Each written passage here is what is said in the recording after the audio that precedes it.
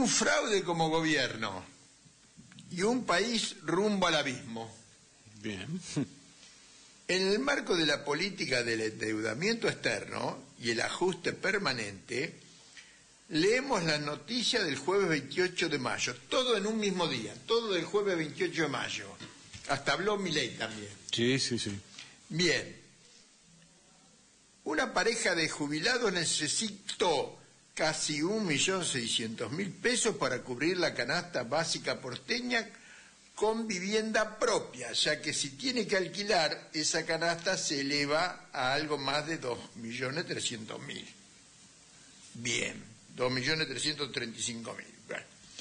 Las escrituras por créditos hipotecarios se derrumbaron en el 49%, o sea, se escrituró la mitad, en tanto que los viajes al exterior disminuyeron 13,2%.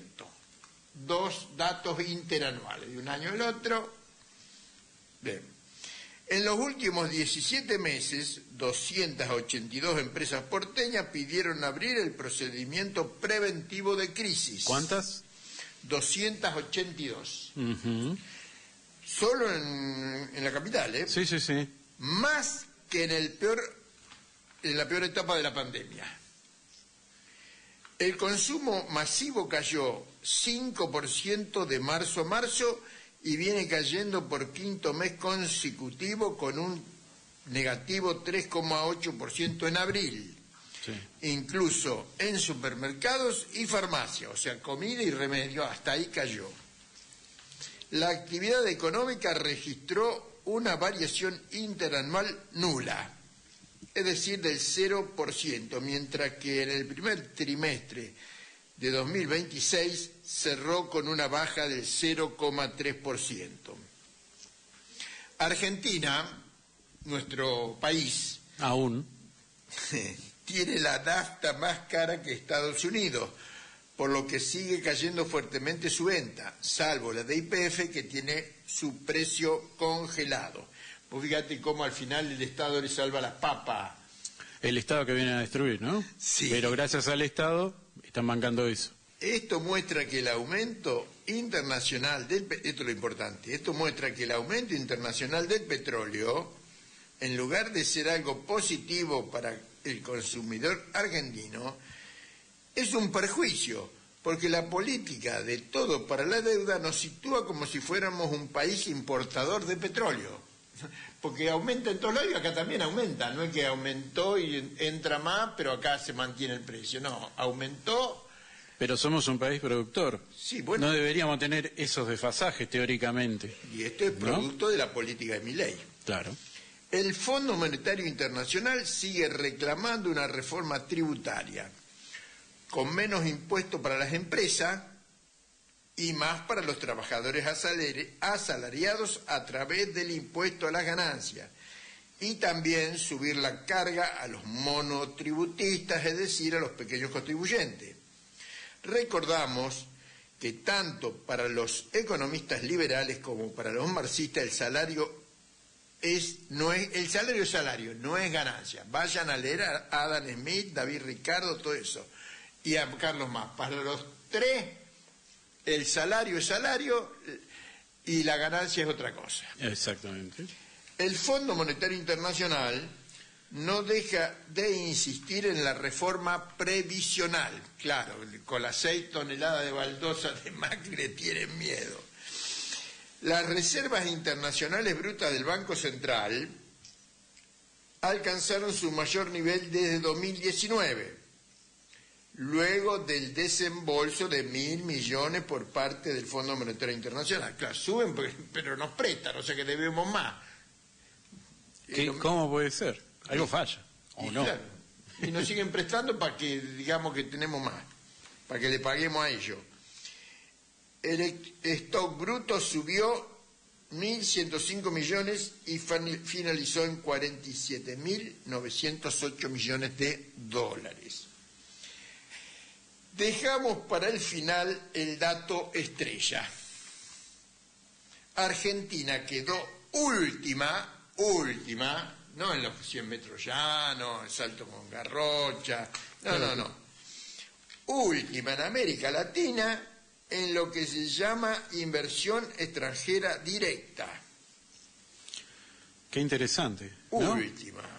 Teniendo en cuenta que acá se sancionó el RIGI, que se habló de grandes inversiones, ¿no? Lo que sigue ahora. Bien. El gobierno apostó fuerte al régimen de incentivo para grandes inversiones, RIGI, como principal herramienta para atraer capitales externos, con una batería de ventajas para grandes empresas que incluyen reducciones y exenciones impositivas, eliminación de retenciones a las exportaciones y otros beneficios aduaneros, libre disponibilidad de divisas y devolución acelerada del IVA para las inversiones y estabilidad fiscal por 30 años. Sin embargo, los datos muestran un resultado adverso, ya que con ese esquema de beneficios extraordinarios para grandes empresas, el país quedó último en América Latina en materia de inversiones extranjeras directas. Último, pero es precisamente. tremenda. ¿Qué falló? Según un informe de misión productiva elaborado en base a cifras de la Organización para la Cooperación y el Desarrollo Económico, OCDE, la Argentina captó apenas 3.100 millones de dólares de inversión extranjera directa durante 2025. En contraste, es contundente el contraste regional. Brasil recibió 25 veces más. Qué bien. Con alrededor de 77.000 millones de dólares. México, 13 veces más. Chile, con una economía un poco más de la mitad que la nuestra, o sea, la mitad, recibió 4 veces más. O sea, comparado con el Producto Bruto, recibió 8 veces más. Claro. Chile. Incluso Costa Rica, un país centroamericano, como si fuera que habló Costa Rica, Salta, la provincia de Salta. Costa Rica, una economía mucho más pequeña, logró atraer más capitales que Argentina. ¿Cómo pasó eso? ¿No? Los números muestran que la flexibilización regulatoria y los beneficios tributarios no modificaron la dinámica de la inversión. Factores más poderosos que esos beneficios fueron la fuerte caída del consumo, la paralización de la obra pública, la falta de crédito productivo, la apreciación cambiaria y la incertidumbre macroeconómica que desalentaron la llegada de capitales de largo plazo. Pues estos son capitales para invertir, no para especular. Lo de especular es otra cosa. A lo que hay que agregar el deterioro del entramado PYME y la caída de sectores empleo intensivos. Todos factores que obstaculizan la expansión productiva de la economía argentina. Con el agravante que ese esquema tiene un costado fiscal creciente. Un informe del Centro de Economía Política Argentina, CEPA, estimó que los proyectos ya aprobados bajo el RIGI implicarán una pérdida de recursos públicos superior a 1.800 millones de dólares cuando entren en régimen pleno de producción. Claro, si le cobráramos lo que correspondía antes del RIGI, hubiesen ingresado 1.800 millones de dólares. O sea que eso no lo vamos a cobrar. No, obviamente. Como siempre, el fraude del discurso de Milei oculta que gran parte de las inversiones beneficiadas ya estaban anunciadas o en marcha. Incluso 7 de los 12 proyectos aprobados tenían definiciones previas a la sanción de la ley Bases. Entre ellos aparece Vaca Muerta, Oleoducto Sur, impulsado por YPF junto a otras petroleras. Es decir, que lo del RIGI, fracaso total, absoluto fracaso de Milei. Y de su gran... recordemos que esto no salió de la nada, esto fue un proyecto de Sturzenegger con sus amigos, que se lo sirvieron en bandeja a Milei. Bueno, ahí estamos, ¿no? Como sus mentiras no encuentran límites, afirmó que, porque habló también, habló el mismo día, el jueves, afirmó que el país perdió décadas y décadas experimentando con modelos centralistas que solo generaban miseria y estancamiento. Nosotros, dice Milei, descubrimos hasta dónde podía llegar nuestra decadencia, termina Milei. Cuando la realidad es la opuesta, ya que el programa que está aplicando es el mismo que quebró a la Argentina 4 veces en los últimos 50 años, con Videla Martínez de Oz, con Menem Cavallo, con Macri Caputo y hoy se repite con Milei Caputo. Caputo 2 veces. Ha quedado demostrado el reiterado fracaso del neoliberalismo, incluida su versión extrema o austríaca, aplicado durante 50 años. 14 de ellos solo atenuados, ya que no se derogó la Ley de Entidades Financieras ni la Carta Orgánica del Banco Central. O sea, los 14 años de kirchnerismo no desapareció el neoliberalismo, sino que estuvo un poco atenuado.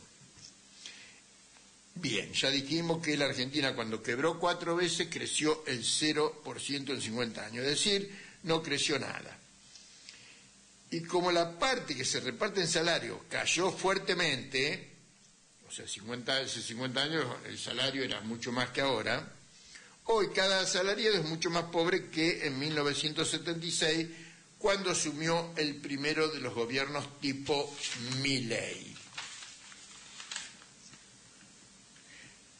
Este mismo continuó con un nuevo ataque a la izquierda. Dijo que el comunismo mató a 150 millones de seres humanos. Y eso es lo que pasa cuando planifica el Estado. No puede ser más mentiroso, porque ¿qué hace para sacar esta cuenta? Cuentan los 27 millones de muertos de la Unión Soviética, como fueron por culpa, cuando fueron los nazis los que atacaron. Cuentan los muertos de la Primera Guerra Mundial y la guerra civil que le siguió en contra de la revolución. Hacen números... Pero no tienen ni idea de lo que están diciendo. Además que las cifras, porque habría que preguntar, bueno, ¿y las del capitalismo qué tal van? ¿No? Porque es otro tema. Lo mismo que cuenta los 30 y pico millones de muertos en China, pero los muertos en China fue porque invadió Japón. Para empezar. No porque los chinos eran buenos, regulados o malos, fueron invadidos por Japón, entonces estuvieron en guerra contra Japón y mataron cualquier cantidad de gente. Bueno, así hacen los números Milei. Bien. El patio trasero de Estados Unidos, hemos titulado este párrafo. Lo que Estados Unidos está buscando es tener un seguro geopolítico, dice Milei. Quiere sus cadenas de valor cerca, con socios confiables para quedar expuestos si el mundo se fragmenta aún más. América Latina puede ser ese refugio, pero para ser elegibles tenemos que estar a la altura. No se puede ser más arrastrado. ¿Qué arrastrado? ¿Qué?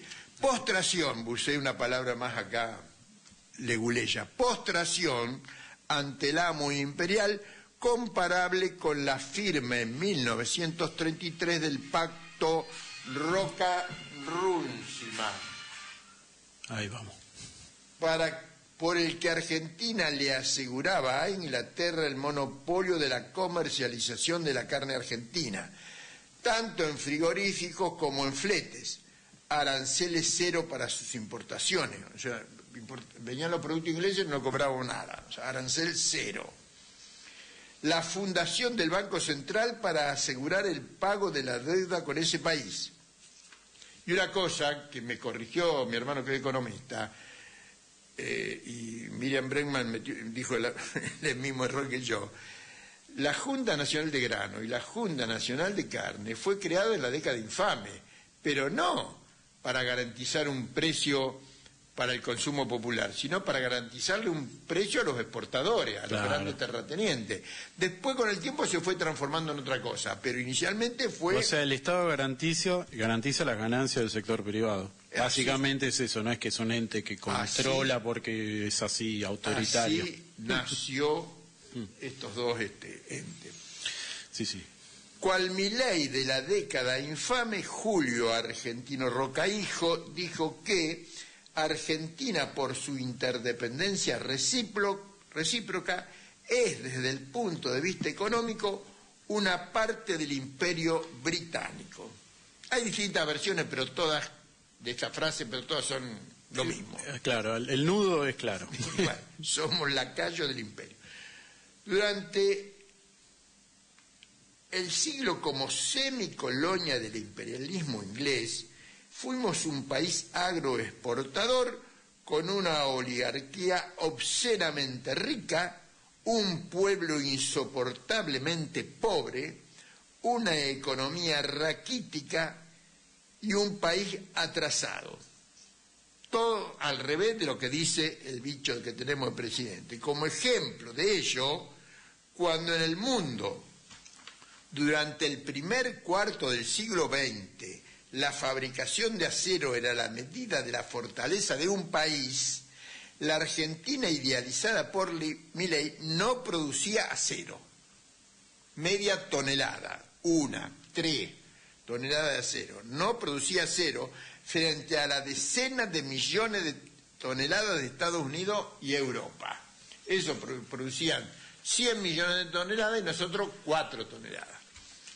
Con suerte 4. Sí, como mucho. Otorgar. Porque no pude encontrar un dato, porque dice, sí, había alguna fábrica, pero no figura el dato de cuánto producíamos acero, y busqué.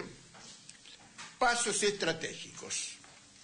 En nuestro libro Estrategia para el asedio a la fortaleza capitalista, analizábamos los conceptos de legitimidad y hegemonía, los que necesitaban de la batalla de idea propuesta hace más de 30 años por Fidel Castro, batalla que sigue vigente, pero a la que no le hemos dado poca atención. El liberticida nos ha sacado ventaja en ello, porque ahora son ellos los que plantean la batalla de ideas, y nosotros que hace 30 años Fidel Castro dice, demos la batalla de ideas, no hicimos nada. Ahora reiteraremos ideas expuestas muchas veces.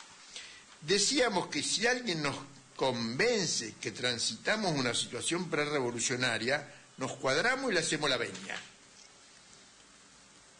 En el mientras tanto seguiremos impulsando la combinación de la lucha de calles con la lucha de ideas por las cuales la historia del marxismo arrimó un cúmulo de experiencias y métodos de lucha.